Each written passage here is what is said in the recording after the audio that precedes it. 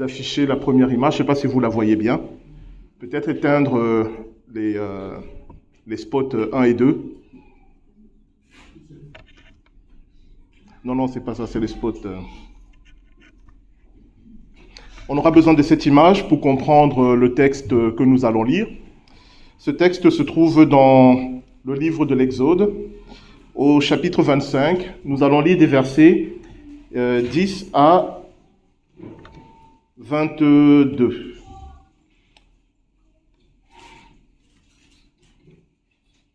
Donc, Exode, chapitre 25, des versets 10 à 22.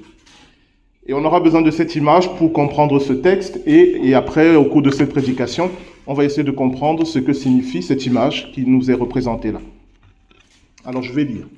Donc, dans le livre de l'Exode, au chapitre 25, des versets 10 à 22, c'est justement le moment où Dieu demande à Moïse de faire l'arche de l'Alliance que vous avez là en image. Ils feront un coffre en bois d'acacia. Sa longueur sera de 125 cm, sa largeur et sa hauteur de 75 cm. Tu le couvriras d'or pur, à l'intérieur et à l'extérieur, et tu lui feras une bordure d'or tout autour.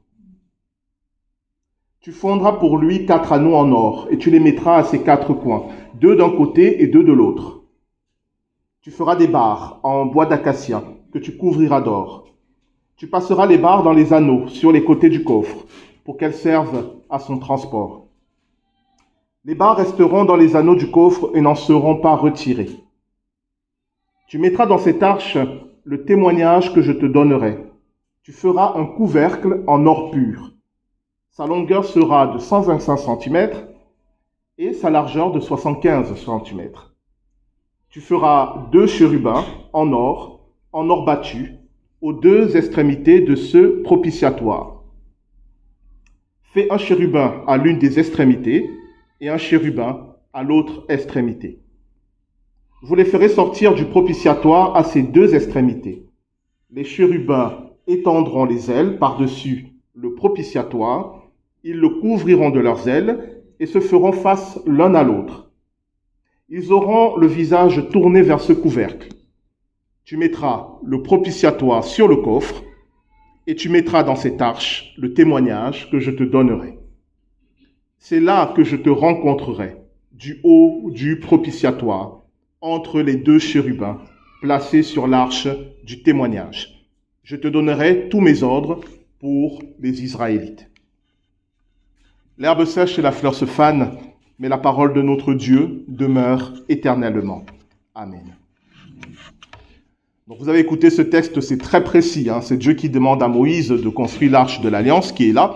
Et il est très précis, il donne les dimensions spécifiques, tout ce qu'il faut. Et dans la Bible, quand on a de telles précisions, en général c'est dans le livre de Lévitique et de Deutéronome, celui qui lit la Bible, il tourne vite les pages parce que ça le gonfle. Qu'est-ce que ça nous fait de savoir que l'arche a 125 cm? On s'en fiche en fait. Mais on va voir que quand Dieu est précis, c'est toujours parce qu'il y a quelque chose à comprendre. Et on va essayer de décoder ce qu'il dit là à Moïse. Donc je pense que l'arche de l'Alliance, vous connaissez tous. Au moins si vous avez vu Indiana Jones, ça vous est familier. Okay? Et donc on va d'abord dans un premier temps voir ce qu'elle représente et puis on va déchiffrer ce que Dieu dit à Moïse. Alors je vais demander à Pierre-Laurent de passer l'image suivante. Là vous avez ce qu'on appelle le tabernacle. Quand le peuple d'Israël était dans le désert, donc en mobilité, le temple de Dieu était mobile, il était fait de tentes, et c'est ce qu'on appelait le tabernacle. Plus tard, quand il va entrer en Israël, le roi Salomon va construire un temple de pierre, qui sera le temple de Salomon, qui était à Jérusalem. Mais avant ce temple, il y avait ce qu'on appelle le tabernacle, et je ne sais pas si vous voyez bien, mais la structure de ce tabernacle, qui était en fait le temple de l'époque de Moïse, elle est très intéressante, parce qu'en fait, elle représente un être humain, mais on ne va pas développer ça aujourd'hui, puisqu'il y a 3 parties. Il y a la partie extérieure, à l'extérieur des tentes, qu'on appelle le parvis. Quand vous allez à l'intérieur, ça s'appelle le parvis intérieur. La partie que vous voyez qui a été un peu ouverte, il y a la lampe, le chandelier à 7 branches. Ça s'appelle le lieu saint. Et l'autre partie encore intérieure, ça s'appelle le lieu très saint. Et en réalité, c'est un être humain, avec le parvis extérieur et intérieur qui représente le corps de l'être humain, le lieu saint qui est l'âme et le lieu très saint qui est l'esprit. Je vous renvoie à ce qu'on avait vu la dernière fois, lorsqu'on avait essayé de comprendre le livre de la Genèse. On avait vu que Dieu a créé l'être humain avec un corps, une âme et un esprit. Donc, allez réécouter ces prédications parce que ce qu'on va voir aujourd'hui, c'est d'une certaine manière la confirmation de ce que je vous ai dit précédemment. D'accord? On avait vu lorsqu'on avait lu ce livre de la Genèse qu'à travers l'histoire de l'homme, la femme et le serpent, la Bible nous décrivait ce qui se passe en chacun d'entre nous et qui nous amène au péché. L'homme représente la justice, la femme l'amour et le serpent l'intelligence naturelle, animale de l'être humain. Alors pour ceux qui n'ont pas suivi ces prédications, ça peut paraître bizarre, c'est pourquoi, je le redis, après ce culte, allez les réécouter, et puis réécouter cette prédication parce qu'elle est un peu le point final à tout ce que je vous ai dit. Elle est un peu, pour moi, la preuve ultime que la lecture du livre de la Genèse que je vous ai proposé est juste. Le temple était le lieu de rencontre entre Dieu et son peuple. C'est pour ça qu'on l'appelle le tabernacle. C'est le lieu de rencontre. Et vous, si vous regardez sa structure, vous constatez que l'arche de l'Alliance, elle est dans le lieu très saint.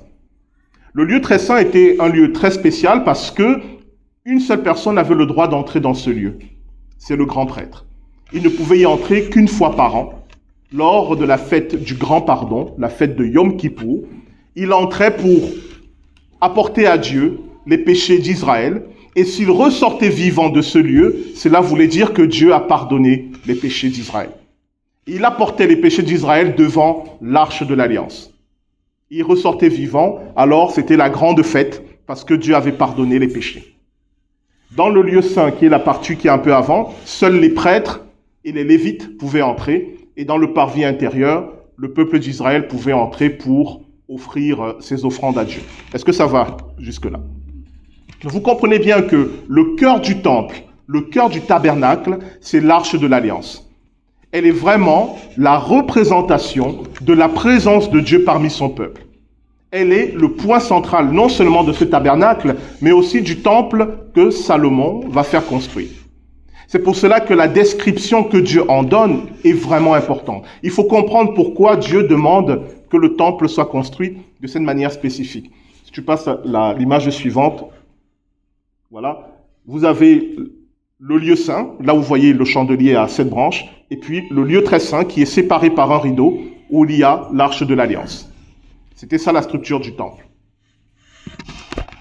Alors, pour comprendre ce que signifie cette arche de l'Alliance, vas-y, on va définir certains mots qui vous ont peut-être paru bizarres. On va commencer par le terme chérubin. Souvent, lorsqu'on entend ce terme chérubin, on dit, alors si je vous dis c'est quoi des chérubins, vous me dites c'est des anges. Voilà. En réalité, le terme chérubin décrit une fonction et pas une nature. Chérubins, ce sont ceux qui portent, ce sont les porteurs. C'est la raison pour laquelle les anges qui portent le trône de Dieu ont été appelés les chérubins. Parce que leur fonction, c'est de porter le trône de Dieu, c'est de porter la gloire de Dieu. On leur a donné le nom de chérubins, c'est-à-dire les porteurs. Mais la nature de ces anges-là nous est donnée dans Ésaïe chapitre 6, où le prophète Ésaïe a une vision de ces anges. Il va les appeler les séraphins, c'est-à-dire les dragons de feu ou les serpents de feu. Ça, c'est ça leur vraie nature. Leur nom véritable, c'est les séraphins. Les séraphins sont les chérubins de Dieu. Ça va? Les séraphins sont les porteurs du trône de Dieu. Ce qui veut dire que lorsque vous voyez ce terme chérubin, il peut parler d'ange, mais il peut aussi parler d'autre chose. D'ailleurs, le terme ange, c'est aussi une fonction. Ça veut simplement dire les messagers. Dans la Bible, lorsque vous rencontrez ce terme ange, il ne faut pas immédiatement penser à des êtres surnaturels. Parfois, il est utilisé pour parler d'êtres humains qui sont des messagers. Et parfois, il est utilisé pour parler d'êtres surnaturels qui sont les messagers de Dieu. Et parfois même, il est utilisé pour parler d'êtres surnaturels qui sont les messagers de Satan. Donc vous voyez, ce n'est pas un nom propre, c'est une fonction. Ange comme chérubin. Et c'est très important de comprendre cela. Le troisième terme, propitiatoire, qu'on n'utilise pas beaucoup. Alors, on va le définir plus longuement après, mais tout simplement, c'est le couvercle qui est sur l'arche et sur laquelle il y a les deux chérubins. L'arche, c'était un coffre.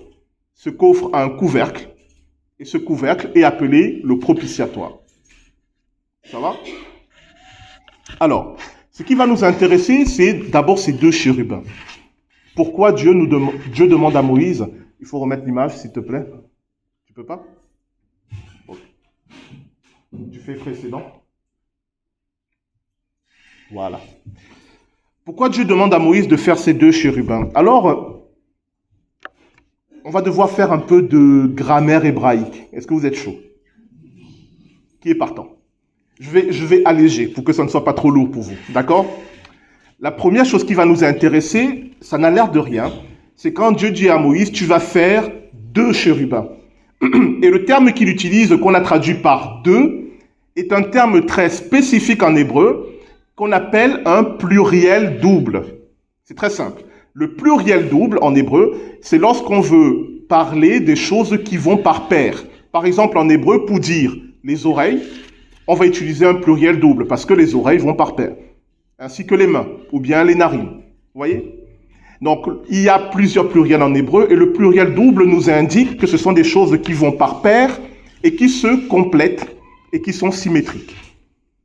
Donc, quand Dieu dit à Moïse, tu vas faire deux chérubins, il va utiliser le terme pour dire que ces deux chérubins vont par paire. C'est-à-dire, l'un ne va pas sans l'autre. Et les deux se complètent. Les deux sont complémentaires. C'est un terme très spécifique qui, en français, bien sûr, n'attire pas notre attention, mais en hébreu, il est très important. Ce ne sont pas n'importe quel chérubin que Dieu demande à Moïse de faire. Ce sont des chérubins très spécifiques qui vont toujours ensemble, l'un avec l'autre, et les deux se complètent. Ça va jusque-là? Et puis plus loin, Dieu décrit ces chérubins et il dit, tu feras les deux chérubins, l'un face à l'autre. Vous vous souvenez? Alors, littéralement, le terme qu'on a traduit par l'un, littéralement, c'est un homme.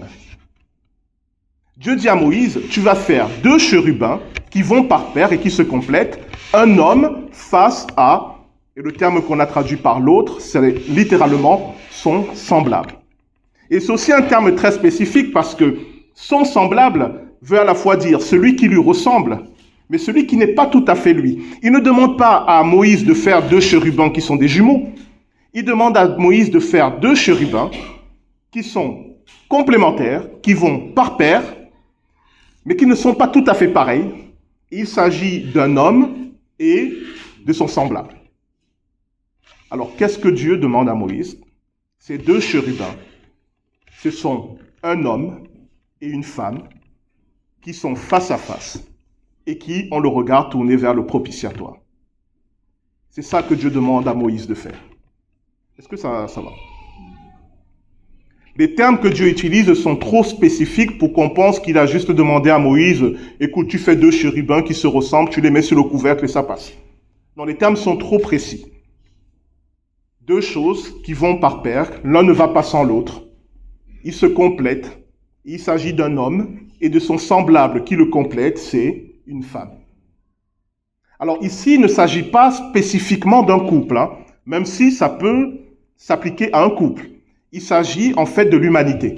Vous vous souvenez dans Genèse chapitre 1, lorsque Dieu crée l'être humain, qu'est-ce qu'il dit? Créons l'être humain à notre image, selon notre ressemblance. Il les créa à son image, il les créa hommes et femmes. Et c'est tout à fait normal qu'au cœur du temple, lieu de rencontre entre Dieu et Israël, sur l'arche de l'Alliance, il y est représenté un homme et une femme. Mais vous comprenez que ce n'est pas n'importe quel homme et ce n'est pas n'importe quelle femme. C'est un homme et une femme qui sont à l'image et à la ressemblance de Dieu. C'est ça qui est au cœur du temple. Et cet homme et cette femme sont les porteurs de la gloire de Dieu, les chérubins. Ça va? Alors on va encore aller plus loin sur cet homme et cette femme, parce que Dieu est encore très précis. Il dit à Moïse, tu vas faire un homme et une femme, mais qui se font face. Et en hébreu, l'expression la face, c'est un pluriel. Parce que en réalité, littéralement, c'est les expressions du visage. C'est pour ça que c'est au pluriel. Ce n'est pas la face comme en français, c'est les visages, c'est-à-dire tous les traits des visages. L'homme et la femme se font face. Et dans la Bible, se faire face a deux conséquences. La première conséquence, c'est la guerre. Si je suis face à face, c'est soit pour la guerre, soit pour la paix et la réconciliation. Mais l'idée ici de se faire face, cela veut dire qu'on est en vérité l'un avec l'autre. Se faire face, cela veut dire regarder l'autre tel qu'il est. C'est-à-dire avec tout ce qu'il est, qualité comme défaut. Et lorsque je regarde l'autre tel qu'il est, ça peut m'amener à lui faire la guerre, ou ça peut m'amener à faire la paix avec lui. Mais en tout cas, Dieu dit que lui se manifeste dans la vérité, pas dans l'hypocrisie, pas dans le mensonge. L'homme et la femme se font face dans la réalité de ce qu'ils sont. Et ça peut avoir des conséquences terribles. Mais Dieu indique comment amener la réconciliation et la paix. Justement, il dit à Moïse, cet homme et cette femme qui se font face doivent avoir les regards tournés vers le propitiatoire. Alors c'est quoi le propitiatoire? Littéralement en hébreu, ça se dit kafar. Alors ça fait penser à la bestiole qui embête, hein. Mais en hébreu c'est plus joli. Kafar, ça veut dire ce qui couvre. Ce terme-là, il est en lien avec le pardon, la grâce. Et c'est pour cela que c'est ce couvercle qui vient coiffer l'alliance, qu'on pose au-dessus de l'alliance. Le propitiatoire, c'est le lieu du pardon, c'est le lieu de la grâce. Et Dieu dit, cet homme et cette femme qui sont en vérité l'un avec l'autre, comment est-ce qu'ils vont être dans la paix et dans la réconciliation s'ils ont le regard tourné vers le pardon et vers la grâce? Ça va jusque-là? Ce qu'il faut savoir, c'est que le temple, à la fois le tabernacle et le temple de Jérusalem, était un temple imparfait, parce que le peuple d'Israël venait y apporter les sacrifices pour le pardon des péchés, mais ce n'était uniquement que pour les péchés involontaires. Ça, c'est quelque chose qu'on oublie souvent. Au temple de Jérusalem, on ne pouvait apporter les sacrifices que pour les péchés involontaires. Pour les péchés volontaires, il n'y avait pas de pardon. Ce n'est qu'avec la venue du Messie, ce n'est qu'avec le Seigneur Jésus-Christ que Dieu va pardonner non seulement les péchés involontaires, mais aussi les péchés volontaires. C'est pour ça que Jésus va dire qu'il est le temple. Parce qu'à travers sa vie, son ministère et son œuvre, nous avons le pardon de tous les péchés, volontaires comme involontaires. Pour nous, le propitiatoire, c'est Jésus-Christ. Car en lui, tous nos péchés sont pardonnés.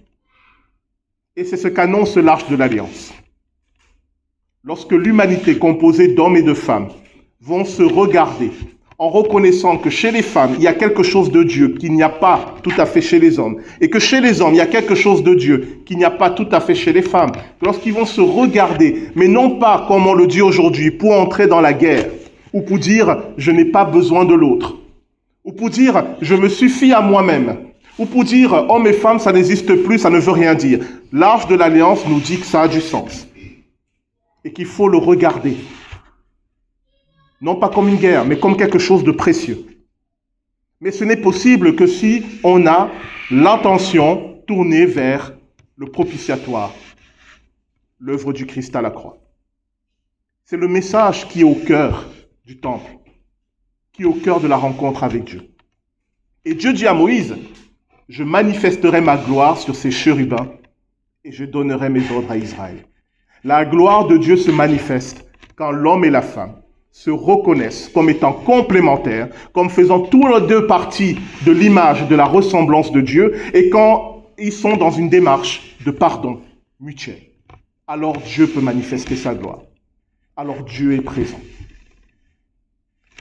Si vous vous souvenez de ce qu'on avait vu lorsqu'on a étudié le livre de la Genèse, on avait vu que dans le livre de la Genèse, le terme qui a été traduit par homme et par femme, à l'origine, ces termes désignaient celui de homme, le principe de justice, et celui de femme, le principe d'amour. Et pourquoi on a utilisé ces termes pour parler d'homme et de femme? Parce que la Bible nous dit que dans l'humanité, ces deux principes, amour et justice, se retrouvent en chacun de nous, mais que la partie de l'humanité féminine va plutôt tendre vers le principe d'amour, et la partie de l'humanité masculine va plutôt tendre vers le principe de justice. Je précise encore une fois, c'est des globalités, des généralités, d'accord? Je suis pas en train de dire que les femmes n'ont pas le sens de justice et que les hommes ne sont pas intéressés par l'amour. On parle de tendances générales. La Bible nous dit que si on prend tous les hommes de la création, leur tendance, ça va aller vers le principe de justice. Et si on prend toutes les femmes de la création, la tendance, ça va être le principe d'amour. Et on peut relire cette arche de l'alliance avec ces deux notions-là. Que représente cet homme qui est sur l'arche de l'alliance? C'est la justice. Et que représente cette femme? C'est l'amour. Et où est-ce que la justice et l'amour se rejoignent? Dans le pardon, dans la grâce. C'est ce qui est au cœur du temple. La justice et l'amour se rejoignent, se réconcilient, sont en paix dans le pardon et dans la grâce. Et vous avez une illustration de ça dans l'évangile de Jean. Je vais vous lire ce passage parce que si vous voulez comprendre l'enseignement du Christ et si vous voulez comprendre ce que représente cette image, vous devez lire et relire et méditer Jean chapitre 8. Vous connaissez sûrement ce passage, l'histoire de la femme adultère. Je vais vous lire parce que c'est intéressant, on va terminer avec ça. Jean chapitre 8. Jésus se rendit au mont du temple, au mont des Oliviers, pardon. Mais dès le matin, il revint dans le temple et tout le peuple s'approcha de lui. Il s'assit et se mit à les enseigner. Alors les spécialistes de la loi et les pharisiens amenèrent une femme, surprise, en train de commettre un adultère. Ils la placèrent au milieu de la foule et dirent à Jésus, « Maître, cette femme a été surprise en flagrant délit d'adultère. Moïse, dans la loi, nous a ordonné de lapider de telles femmes. Et toi, que dis-tu » Il disait cela pour lui tendre un piège, afin de pouvoir l'accuser. Mais Jésus se baissa et se mit à écrire avec le doigt sur le sol. Comme il continuait à l'interroger, il se redressa et leur dit, « Que celui d'entre vous qui est sans péché jette le premier la pierre contre elle. » Puis il se baissa de nouveau et se remit à écrire. Quand ils entendirent cela, accusés par leur conscience, ils se retirèrent un, à commencer par les plus âgés et jusqu'au dernier. Jésus resta seul avec la femme qui était là au milieu. Alors il se redressa et ne voyant plus qu'elle, il lui dit, « Femme, où sont ceux qui t'accusaient? Personne ne t'a donc condamné ?» Elle répondit, « Personne, Seigneur. » Jésus lui dit, « Moi non plus, je ne te condamne pas. Va, et désormais, ne pêche plus. » Vous avez ici l'illustration de cette rencontre entre la justice et l'amour. Parce que cette femme a été présentée à Jésus sous le principe de justice. La loi nous dit que de telles femmes, on les lapide. Ça, c'est la justice. C'est clair, c'est net, c'est précis. Et toi, Jésus, que dis-tu? Et il voulait que Jésus dise oui, lapidez-la, et puis ça allait remettre en question tout son enseignement sur l'amour et le pardon, ou que Jésus dit non, pardonnez-la, donc il serait en contradiction avec Moïse. Alors Jésus les a amenés de ce principe de justice vers le principe d'amour. Il leur a amené à la réconciliation de ces deux principes, en leur disant d'abord, si vous voulez appliquer le principe de justice, il faut l'appliquer à tout le monde. Que celui qui n'a jamais péché lui jette la première pierre. C'est-à-dire que celui qui est innocent, tout à fait innocent, celui-là seul peut la condamner. Et ils se sont rendus compte que si on ne prenait en compte que ce principe de justice, eh bien tous, ils méritaient la condamnation. Il les a amenés vers ce principe d'amour. Le principe d'amour dit, Dieu se réjouit de voir le pécheur se repentir plutôt que de le condamner.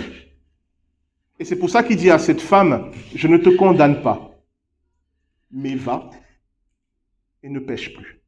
C'est-à-dire, ce que tu as fait est un péché. Ce que tu as fait est grave. Ce que tu as fait n'est pas anodin. Mais Dieu te donne une autre chance. Dieu te donne un renouveau de vie. C'est ça que représente l'Arche et l'Alliance, la justice et l'amour de Dieu qui se rencontrent dans le pardon et la grâce. Et c'est ça que Dieu met au cœur du temple. Et c'est ça, normalement, qui doit être au cœur de nos vies. Déjà dans cette église, entre hommes et femmes, dans le couple, bien sûr, le pardon et la grâce qui est notre lieu de réconciliation. Tout à l'heure, Françoise nous disait comment elle a lutté pour garder l'amour. Alors qu'en elle, justement, le principe de justice disait justice, justice. Mais voilà, la vie chrétienne, c'est cela. Réconcilier les deux. Non pas écarter l'un au profit de l'autre, mais garder les deux. Et avec ces deux-là, la gloire de Dieu se manifeste. Alors on va prier.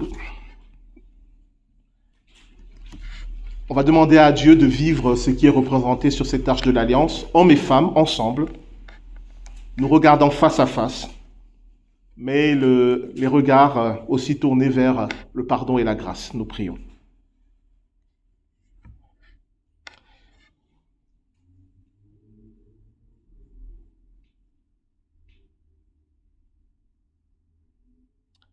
Dieu notre Père, tu as fait de nous des chérubins, des porteurs de ta gloire. Non pas les hommes d'un côté et les femmes de l'autre, mais hommes et femmes ensemble. Lorsque nous sommes réconciliés, lorsque nous acceptons la spécificité de chacun, lorsque nous reconnaissons à l'autre ton image et ta ressemblance, lorsque nous cherchons le pardon et la réconciliation, que ce soit dans l'Église ou même dans les couples, dans les familles, alors ta gloire peut se manifester. Mais Seigneur, tu vois à quel point c'est difficile de vivre cela. Tu vois à quel point parfois nous balançons d'un principe à l'autre. Soit nous sommes promptes comme les pharisiens et les spécialistes de la loi à brandir la justice, soit nous sommes indifférents, laxistes, et nous prétendons le faire par amour. Père, aide-nous à réconcilier amour et justice. Aide-nous, Seigneur, à vivre cette œuvre que tu as demandé à Moïse de manifester. Aide-nous à le vivre en vérité, sans hypocrisie et sans mensonge. Nous te le demandons au nom de Jésus-Christ, notre Seigneur. Amen.